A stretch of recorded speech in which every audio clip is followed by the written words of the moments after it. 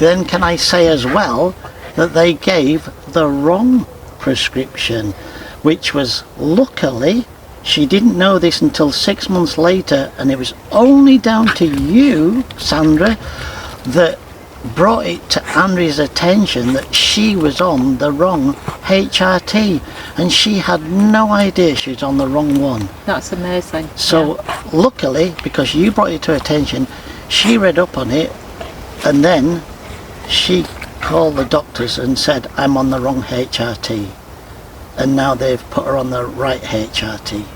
But for that time, she would have carried on not knowing she wasn't on the right treatment.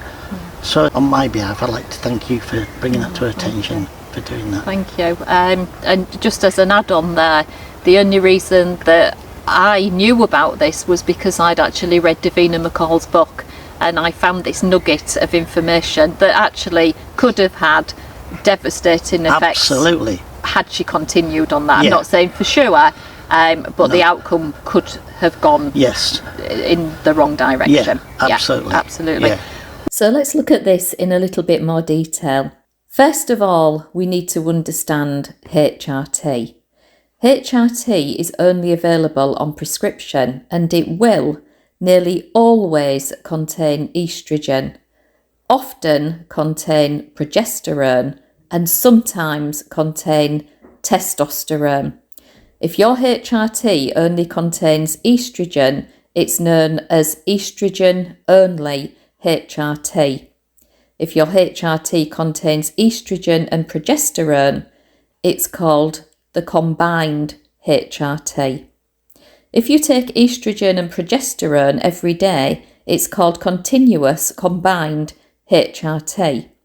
And if you take estrogen every day but progesterone for only part of the month, it's called combined sequential HRT or cyclical HRT.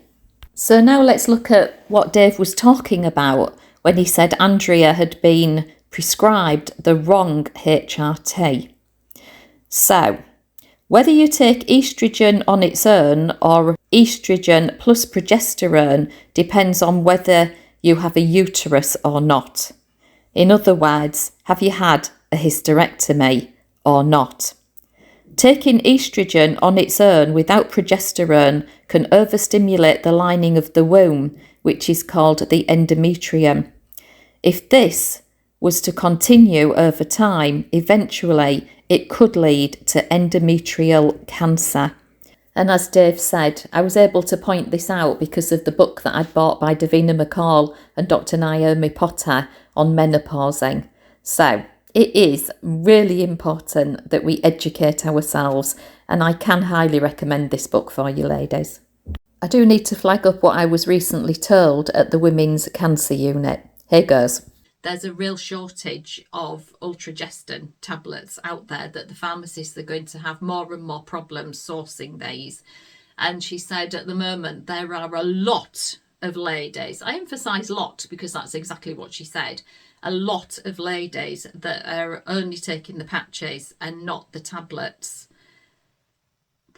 I think, you know what, get the Davina McCall and Dr. Naomi Potter book on menopausing and read what they've said about if you've not had a hysterectomy, then you should be on the patches and the ultragestin tablets. You need to read that for yourself. You know what, ladies, yet again, why on earth have we got supply issues for something that I've been told is as cheap as chips? I don't know what's going on. I really don't. You know, is it to do with Brexit? Is it to do with poor planning? Is it to do with budgets?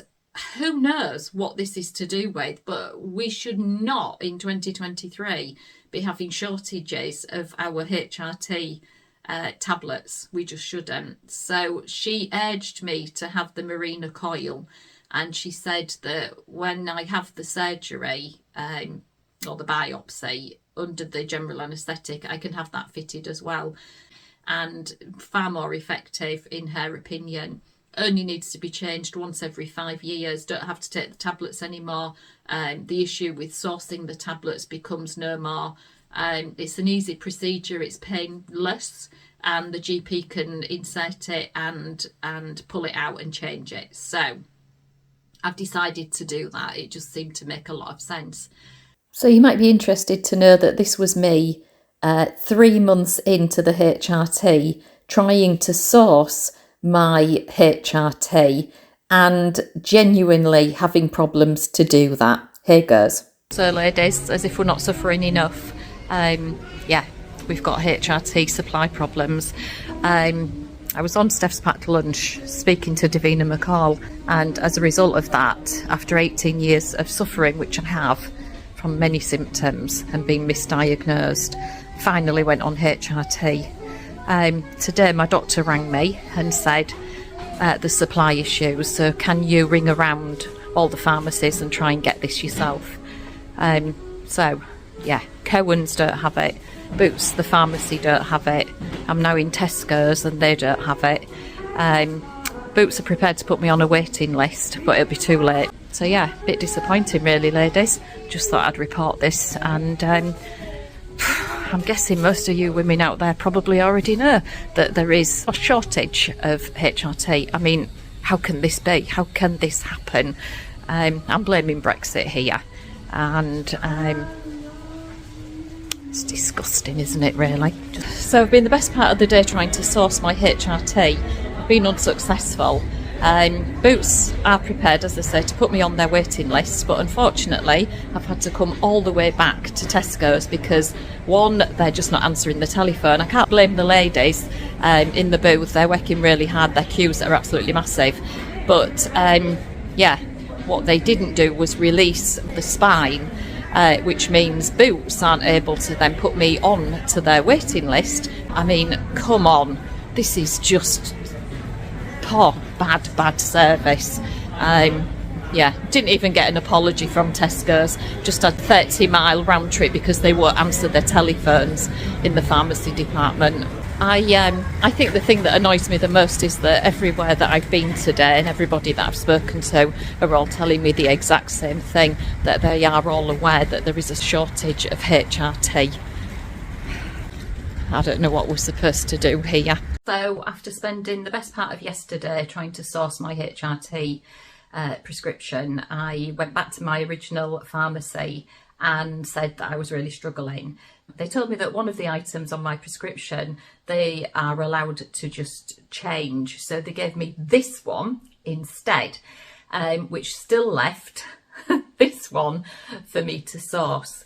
So I went back to my GP and told them that I was struggling to source this item, and I'm waiting to hear from the GP. Apparently what they will do if you are struggling is they will look at an alternative that's suitable for you. On this particular product here, the pharmacy are not allowed to issue something that would suit you that's similar. But on this item here, your pharmacy can suggest an alternative for you. So that's where it stands right now. It's not fantastic, but there are wraparounds just in case you're struggling out there. And finally, just to finish on, I do have the NHS app which allows me to look at all my medical records and notes, so I can read everything that the GP has said about me. One of the things that's in my notes is that my possible bleeding could be down to the supply issues, and I had to move from Estradiol to Everel. Please remember, I'm not medically qualified to give advice. I'm here to signpost and raise awareness. All information provided in this series will be relevant and up to date when posted. If you have any concerns about your physical or mental well-being, please contact a medically qualified practitioner.